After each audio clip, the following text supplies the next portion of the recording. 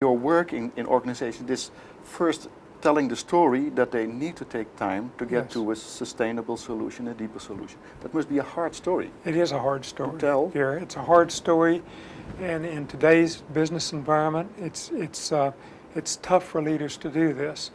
But our strategy is to go and find the handful of leaders in very large, important organizations who do understand this, and suggest that they do this, and when they do, the results are outstanding. Because in the business environment that business leaders are experiencing today, everything must be done in a super fast way. To ask people to slow down is a big issue. Mm-hmm. What we are doing is finding the senior business leaders who deeply understand this and who are willing to experiment with it. And what our strategy is to do demonstration projects, living examples of these, so that ultimately the remaining business leaders will look at this and say, and look at the results. It's a very, very big results-oriented approach. When you look at the results, and I showed some of those yesterday, people say, my goodness, it's worth taking the extra time to do this. Now, the U process is particularly suited to significantly complex issues, ones that have not been resolved before. This is really a different learning cycle that we're talking about.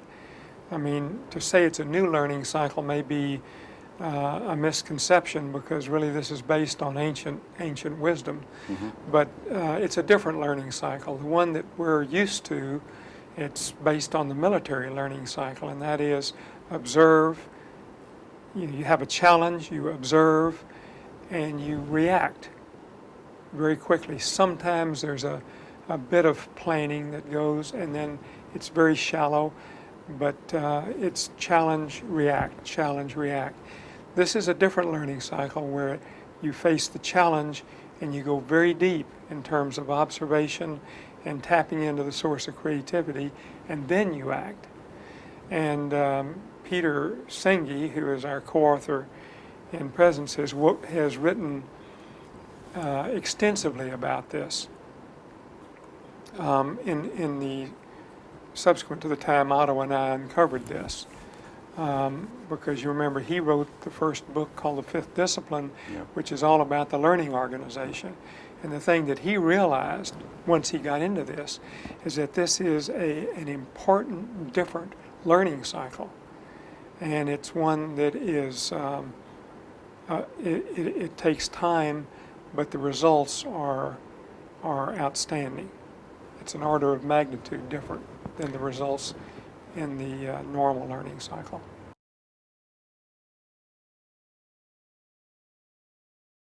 Now you're talking about results. As I understand learning and development processes and deep change, one may start with a huge problem, a complex problem in yourself as a person or in an organization or in society. Yes. Make an analysis of this is probably the situation, then you start working on it, trying to become conscious of what exactly is the problem to be solved. Then you continue, and at some stage you understand that your original formulation of the problem was wrong, and that you needed another definition, or you need, so your consciousness becomes wider, deeper. So the original idea of what should be the result of the outcome of the process also changes. So this is a very good point. One thing is that if an organization or a person, but let's focus on an organization, if an organization goes through deep change, then the result can be more profit, but it also will be a different look at the world it is functioning in, it's operating. So this is really an important point, both in terms of organizational work that we do and the societal work. One of the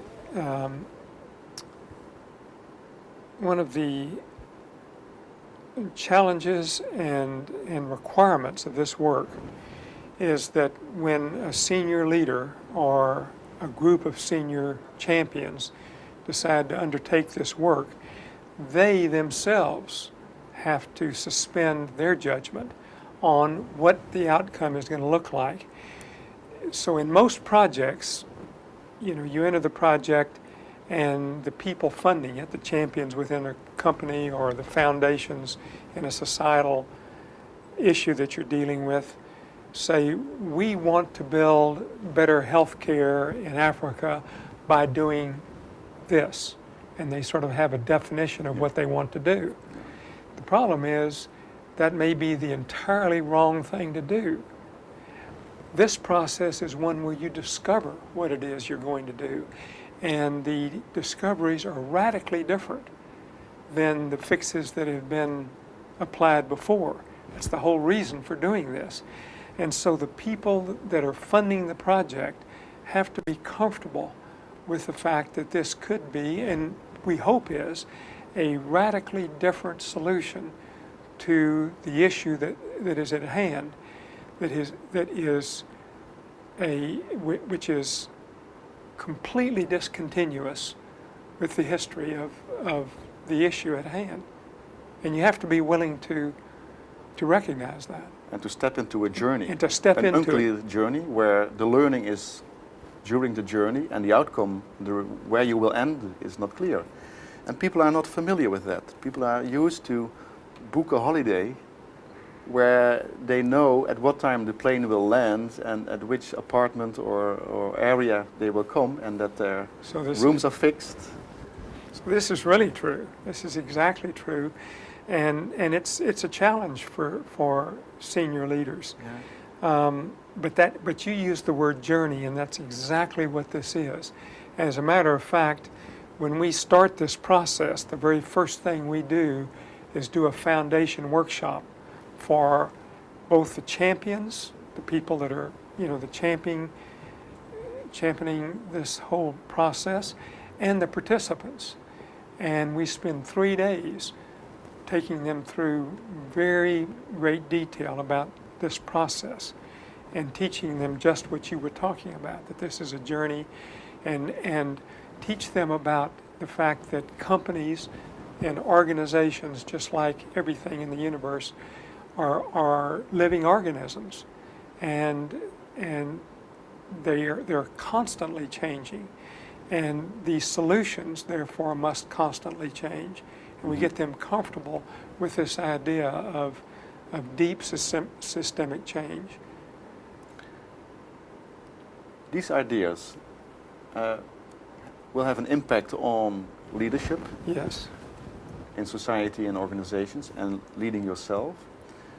And I hope we can come back to that somewhat later.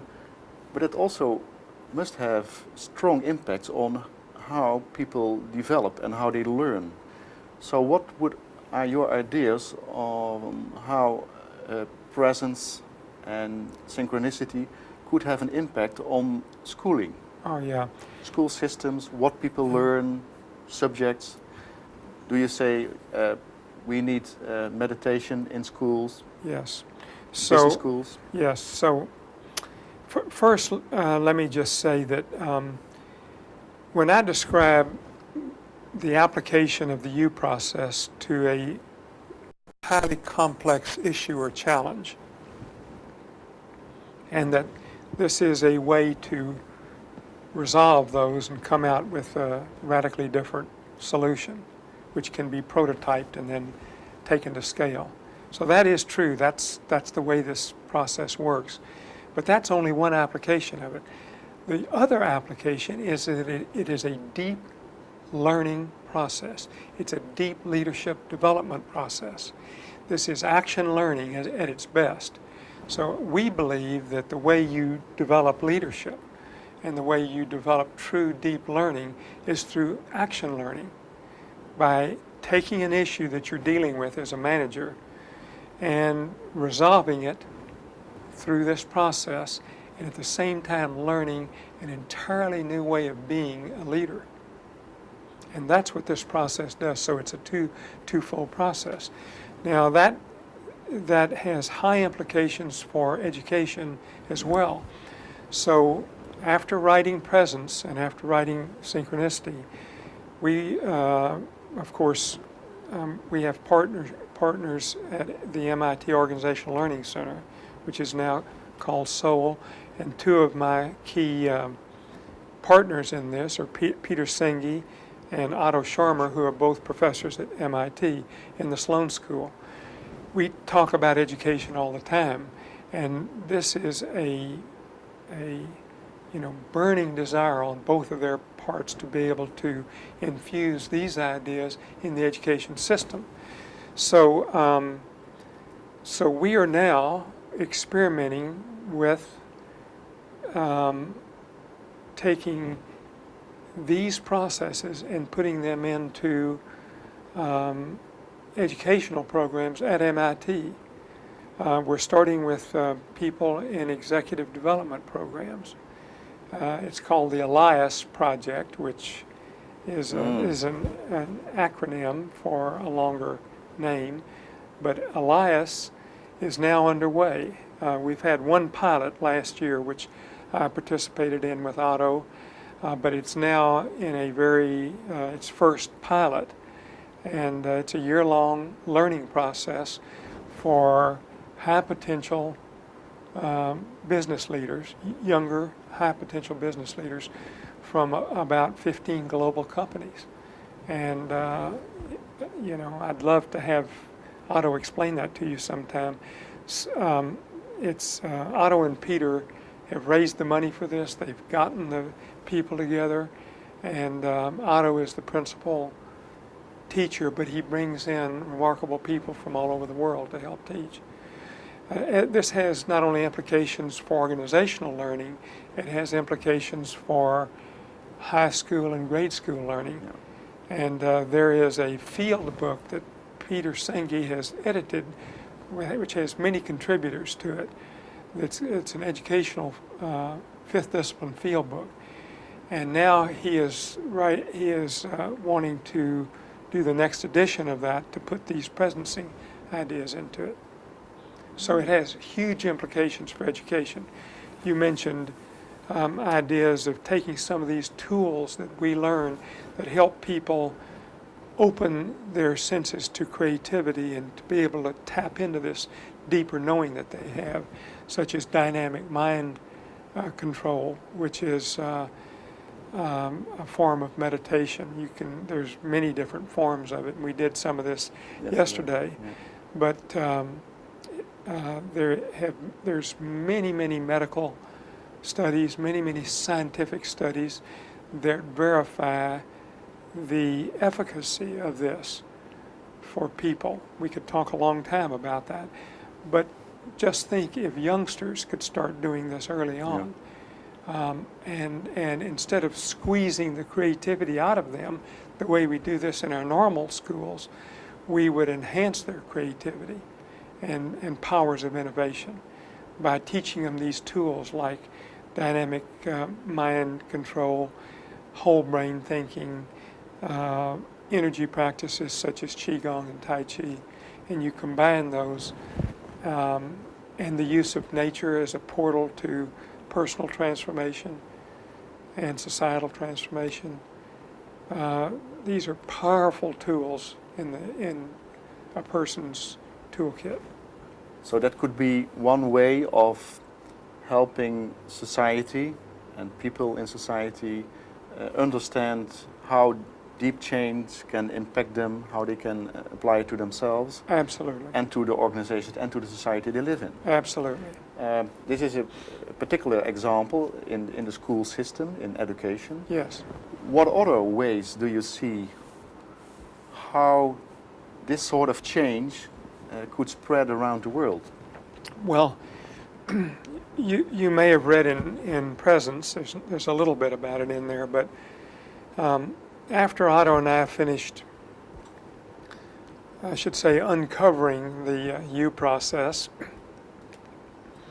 and doing a first demonstration project or two, which was stunningly successful, then we said, this is such a powerful process, we should take this into societal settings, and we began doing that. I formed the Global Leadership Initiative and brought several others in to help, and we co-founded that over a year's period of time. As a matter of fact, Otto and I spent a whole year traveling all over the United States and in different other parts of the world, and launched the Global Leadership Initiative in Stowe, Vermont in 2002. Now, the whole strategy of the Global Leadership Initiative is to show the world the efficacy of these processes. The strategy is very simple. We want to do anywhere from 8 to 10 demonstration projects of using the U process on highly complex issues that are national or